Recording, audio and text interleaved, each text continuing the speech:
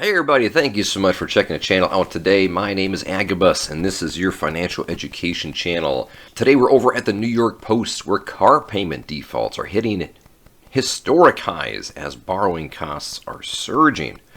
These high interest rates are just squeezing the life out of people. Let's see what the article has to say.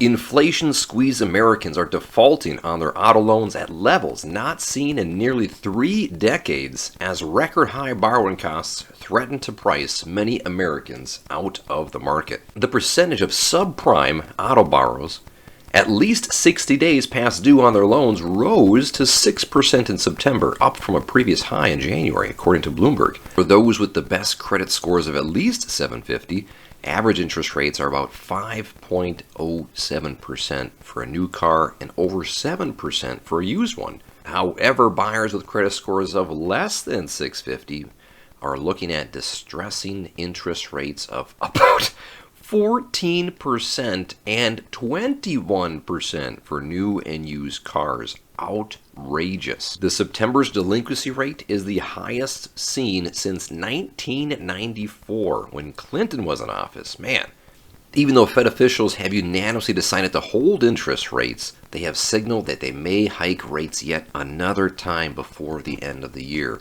Their next meeting comes up next week and we shall see what happens.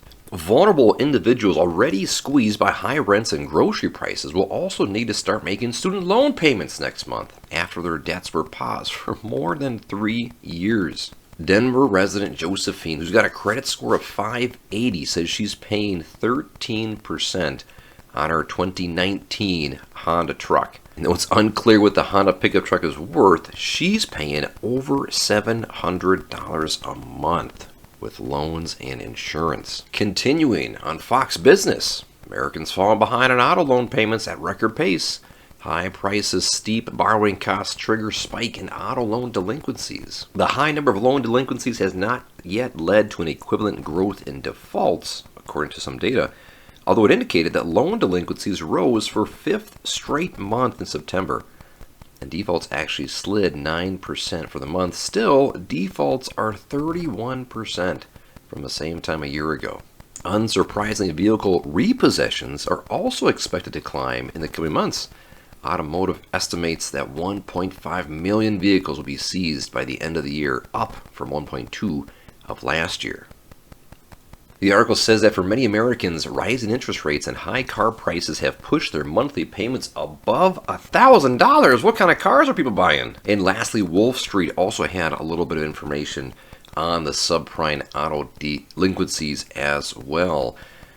Wall Street says only about 14% of total outstanding loan balances are subprime, so not as much as some might think. Prime auto loan delinquencies are minuscule. Primary auto loans account for only 86% of auto loan balances outstanding, and they're in pristine condition. Fitch, which rates auto loan asset-backed securities, reported that 60-plus days delinquency rate of prime auto loans in September was 0.27%, below where it had been the years before the pandemic. This chart shows the subprime versus prime This chart shows some prime lenders versus prime auto loans with 60-plus days delinquency index. Subprime not doing so well on those repayments compared to prime lenders. Very interesting what's happening right now. These interest rates are squeezing people out of the market, not only in car payments, but also in real estate. If you've seen the rent versus owning for mortgage payments, it's crazy. Tell me what you think. Are car prices and car payments too high? Are you defaulting on your loans? Would love to know in the comment section below.